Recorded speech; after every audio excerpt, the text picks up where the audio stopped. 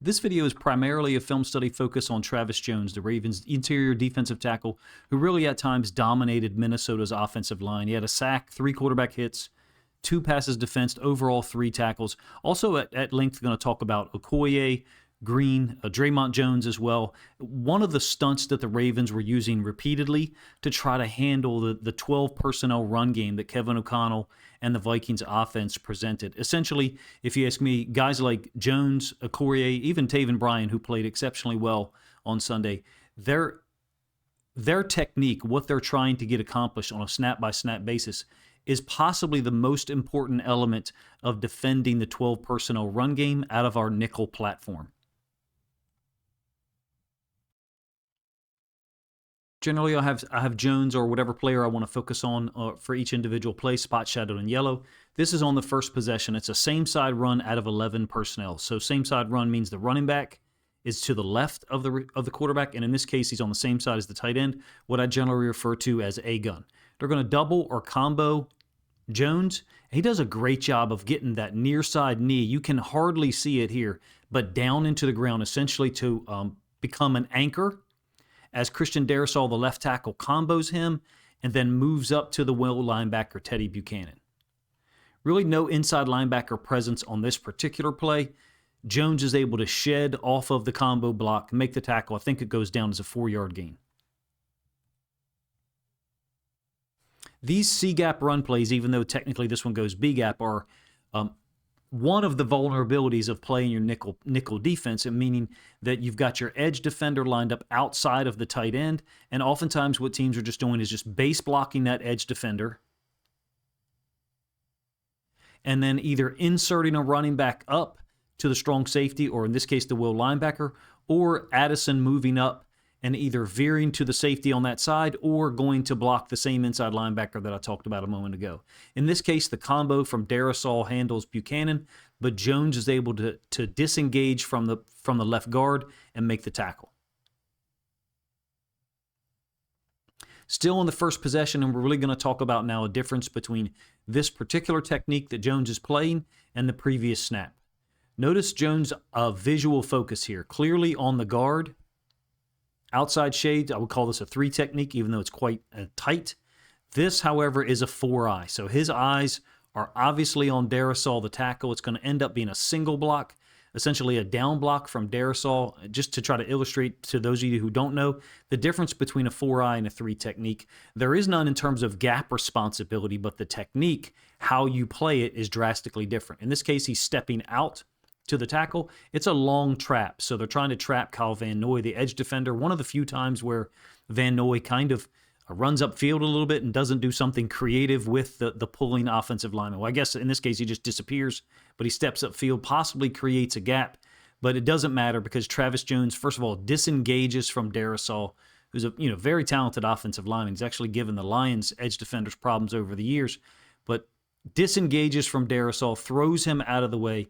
There's Hamilton dodging off the tight end, Roquan fitting in here somehow. The amount of effort and energy output that it's going to take to consistently defend the run from a nickel personnel platform is high. And Travis Jones, if you ask me, really sets the tone. He's the leadoff hitter there. He's very strong, fierce, got a great frame, don't get me wrong, but he's extremely technical, in my opinion. We'll actually have some plays here where Jones is not on the field, and we'll focus on Okoye like this one.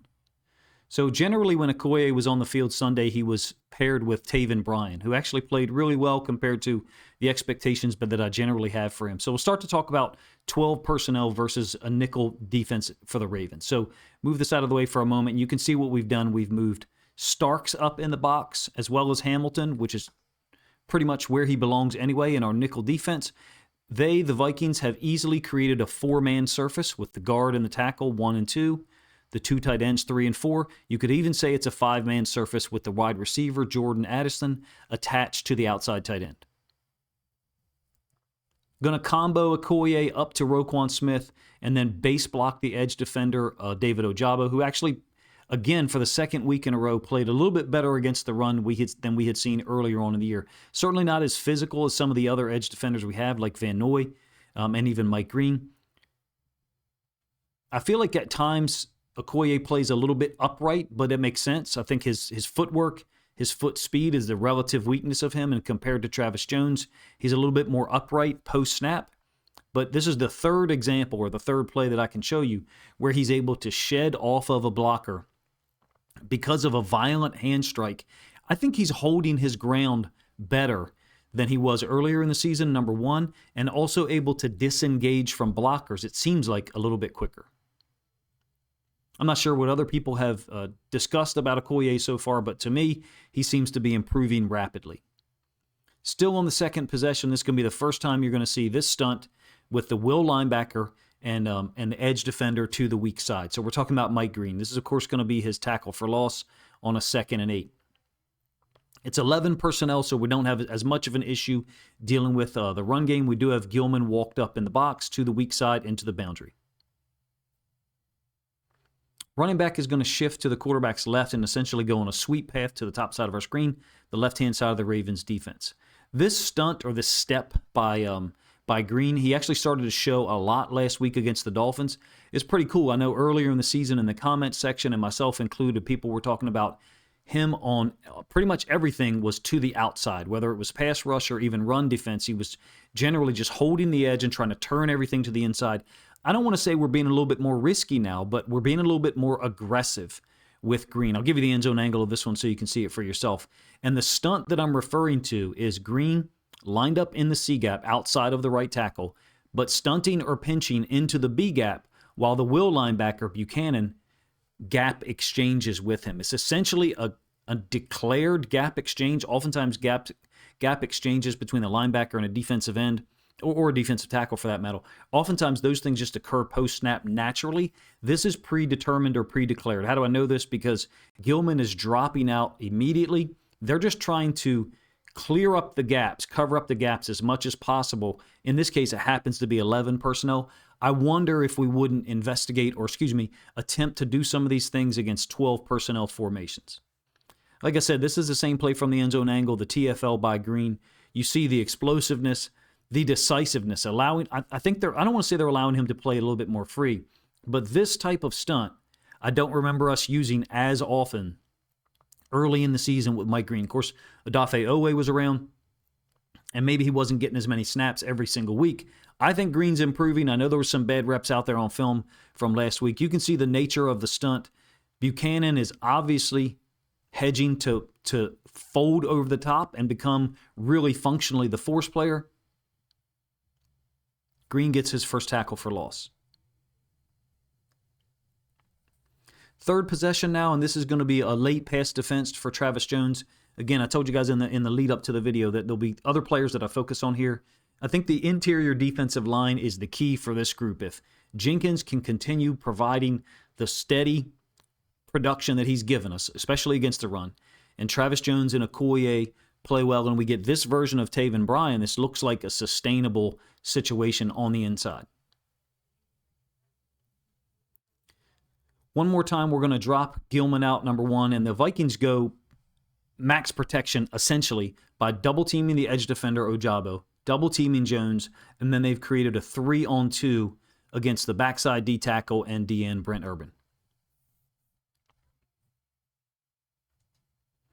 I love what Jones is trying to do here. He's got his right hand on the center, or on the guard, and his left hand on the tackle, trying to give himself an opportunity to, basically what I believe he's trying to do here is give himself an opportunity to shed or evade to whatever side as a player moves up. It's not a run concept, but let's say for whatever reason the guard was to peel out in this direction, then he would use his other hand, his left hand, to rip and go to that side. That's actually what kind of occurs here as the right tackle detaches. He's not able to get a rip off here, but he gets his hand up to get a pass defensed, again, on a designed play action. I think our coverage must have obviously been good. I actually enjoy just showing the end zone angle. Man, it makes the production time so much easier. For those of you that don't know, the production time on a lot of this has increased by almost a factor of 2 in the 2025 season for obvious reasons in terms of the way that YouTube and the NFL is cracking down on film usage. In any case, this is one of our 12 or 13 PDs on the day. Most of this film is going to center on the first half. In the third quarter, of course, we made one defensive stop, scored, kicked off, they fumbled, we scored again. So there was a lot of time spent with our offense possessing the football. 3rd and 4 on the third possession, and he's going to get a late push here to the quarterback. There's a lot to say about these mug looks.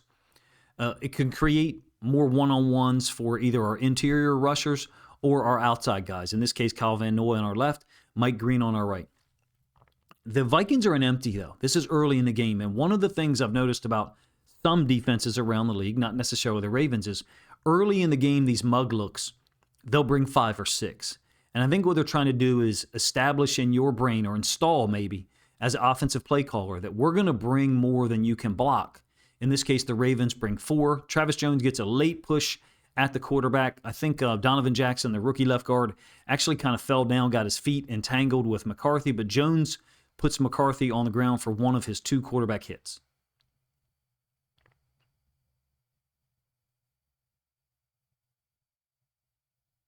It almost kind of reminds me of like a boy who cried wolf situation. If you line up in mug on the first 5 or 6 or 7 third downs, but you never bring heavy pressure. I'm not saying that we should do that all the time, but I wonder if early in the game we shouldn't install that reaction from opposing teams, essentially forcing them to pass pro with more than just 5 guys like you saw on that snap there. Another outside linebacker will exchange, and this one is also going to be a really nice rep by both Jones and Okoye. They're encompassed by that box there. The stack alignment of Green and Buchanan, something I want to talk about. It's almost a little bit of a giveaway in terms of the stunt to the inside by Green and the fold over the top by Buchanan. That's predetermined. It's not based on run flow, but if it's a pass play, then Buchanan is just going to fold back at the quarterback and try to attack him. And you'll actually see that here in a moment, the exact same dynamic I just described. In any case, Green pinches underneath. Buchanan looping all the way around from a stacked alignment disrupts the running back flow. And then Okoye and Jones are both winning, albeit in different fashions. Same play from the end zone angle. This purple line is kind of trying to illustrate the path that Green takes, with Buchanan looping to the outside.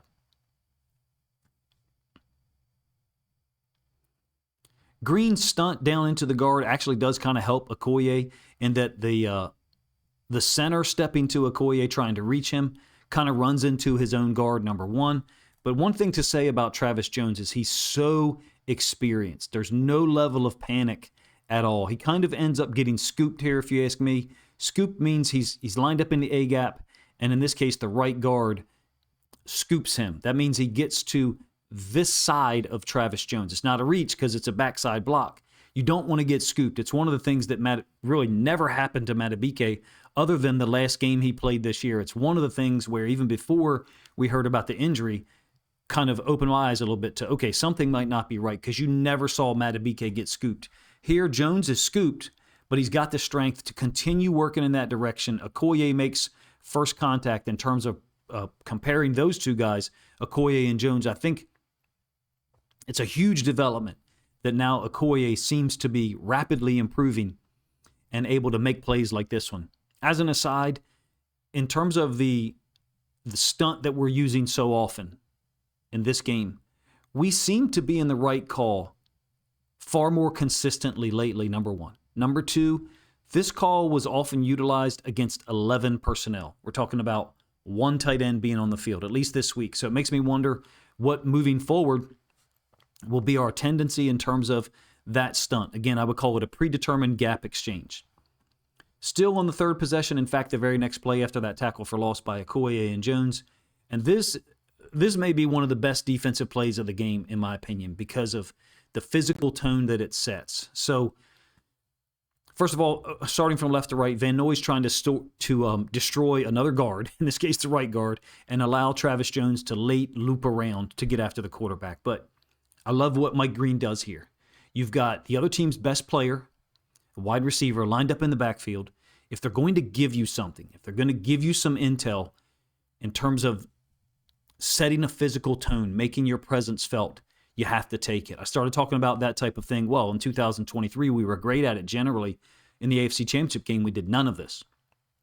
When Travis Kelce was lined up in a certain location, We never took opportunities to be physical with him. In this case, if you as a play caller, offensive coordinator, are going to line up your wide receiver in the backfield, release him into the flats. I love this type of reaction from an outside linebacker or edge defender. Smacking him in the mouth. We've got a physical strength advantage there. We've got a commitment advantage. Basically, Justin Jefferson wants the ball.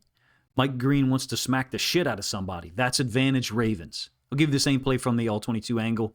And then the amazing thing about this is not only did Green redirect or basically destroy Justin Jefferson's route, then he tries to rush the quarterback by attacking Christian Darrisaw like he took his lunch money, bounces off of him, and still makes the tackle as McCarthy escapes. That was one of the best plays of the entire game, really the season, at least for Mike Green. Same play from the end zone angle. Here he is as the edge defender.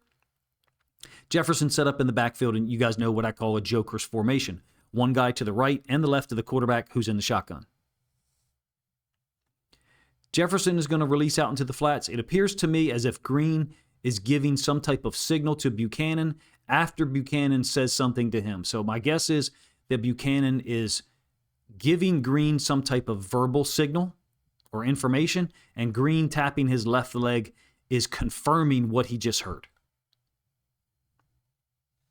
Post-snap, after the ball is put in play, Jefferson tries to get into the route. He has no idea that someone like a Mike Green is going to do this. This is a dynamic that doesn't exist as much in the NFL. Old school 50, 3-4, or what is now known as a 3-4 or 5-2 rules for an outside linebacker were don't let a running back cross your face.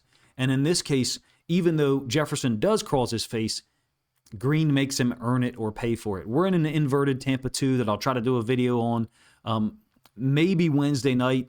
Time just runs so fast each week for me. Inverted Tampa 2 just means that instead of the safeties being the two deep defenders, it's your corners, while the safeties have other duties at the second level, hence the phrase inverted. Green redirects, able to make the tackle on McCarthy for a short gain. The level of athleticism, physicality that he showed on that play is one of the most exciting things that I saw in terms of coming out of this game against the Vikings. A little bit of stuff against the run game, whether it's 11 personnel or 12. So this is fourth possession, and this is all the rage in the NFL right now. We're talking about this C-gap insert by a wide receiver who you guys can't see yet. He's off screen to our left. In addition to that, tight end is stepping out to the edge defender. Gives you a lot of options for a defense on how to handle this. Fast flow is how we do it in this case. So fast flow means Buchanan is hitting his gap right now, and that fits for the type of player that Teddy Buchanan is right now as a rookie, meaning I see my gap moves, I've got to go right now. Some linebackers can redirect. That's not him right now. But what it sets up is fast flow over the top by the other linebacker. In this case, it's Roquan. Ojabo trying to hold the edge and not get expanded. Gilman ends up being blocked by the wide receiver who inserted. The point is you have options to stop the run game to the tight end side if they insert another player. In this example, the insert or the added player is a wide receiver. If it's 12 personnel, the added player will be a tight end. Here we have Travis Jones. He's going to get comboed or double teamed out of here. This is going to be a huge gain for, I think it's Aaron Jones, 17 yards. In any case, here's the added player right there's the outside tight end. Same concept, base block out on Ojabo. This tight end is going to move up to Buchanan, and we don't necessarily attempt fast flow here because both linebackers basically hit their gap. Roquan in this gap, I hate just talking about gaps. It's way more complicated and intricate than that, but in any case, both of the guys step to their gap. It still doesn't work. So why? Because you've got an added player here for the offense. Numerically, we haven't added anyone for the defense. Yeah, we've got the strong safety rolled up. Guess what? They'll handle that easily with the wide receiver stepping up to him. You can see the huge lane that is developed here for the running back to fit through. I would possibly like to explore the nickel versus 12 personnel dynamic because so many teams across the NFL are going to 12 personnel to run the ball and or throw it. It's a boundary side run against our nickel defense. We're going to see more of this moving forward. It's been a nuisance at times, a big problem at others, particularly against the Detroit Lions. In this case, Minnesota is able to get 17 yards out of it. Same play from the end zone angle. I kind of breezed through it because I got two more to get through and some time constraints on my end. In any case, 3 technique is going to get comboed or down blocked. Base block on the edge defender Ojabo, downhill path by the running back, and then he'll veer to the two tight end side. Again, you can refer to it as either a 4-man surface, guard, tackle, and the 2 tight ends, or even a 5-man surface by adding the wide receiver, Addison, to the run blocking scheme. Gilman has trouble getting off of the block and making the tackle there, but look, the running back is absolutely unblocked to 2 yards past the line of scrimmage. If you think the problem here is that Gilman missed the tackle, then you don't understand football at all. We've got to do a better job of designing our run fits against 12 personnel when someone gives us a 4 or a 5-man surface. Finally, Travis Jones's sack really emanates or occurs out of another stunt by the will linebacker and the edge defender to the weak side. In this case, it's Dre'Mont Jones. Here is Travis Jones. His reaction here is actually pretty cool, along with Taven Bryan. They're very synced up. Not sure exactly what they're looking for. Both offensive linemen they're lined up on. In Jones's case, the right guard. In Taven Bryan's case, the left guard. Both of them appear to be looking to the outside for some type of key or indicator as to what type of play it will be. I'm talking about how synced up their eyes are. Number 1. Number 2, Buchanan on that predetermined stunt. Since Dre'Mont Jones is trying to fight into this B gap, he doesn't necessarily get there, then Buchanan is looping to the outside. He causes the initial disruption. Again, it's a predetermined call or a stunt that was very productive for the Ravens on Sunday against this Minnesota Vikings offensive line. I think it's pretty obvious that the quality of the Ravens' defensive play has improved dramatically in the last 4 games. We're talking about 58 points allowed in the last 4 weeks or 4 games played, so certainly less than 15 points per game. Travis Jones is a big part of it on Sunday against the Vikings, and he'll be the leadoff hitter, if you will, moving forward. Basically, we need Travis Jones and the interior offensive linemen. Since we are essentially a base nickel defense at this time, we need those guys to be able to play, if not just 1 gap, almost 1.5 gaps at times. In any case, if you guys enjoyed the film study look at the Ravens' interior defensive line, as well as some of the things we struggled with, particularly the 11 or 12 personnel run game. If you guys enjoyed the video, please let me know in the comment section, number 1. Number 2, if you think other Ravens fans would enjoy this film study look at Baltimore's defense, please consider grabbing a link to this video, sharing it out on social media to help this content get more reach.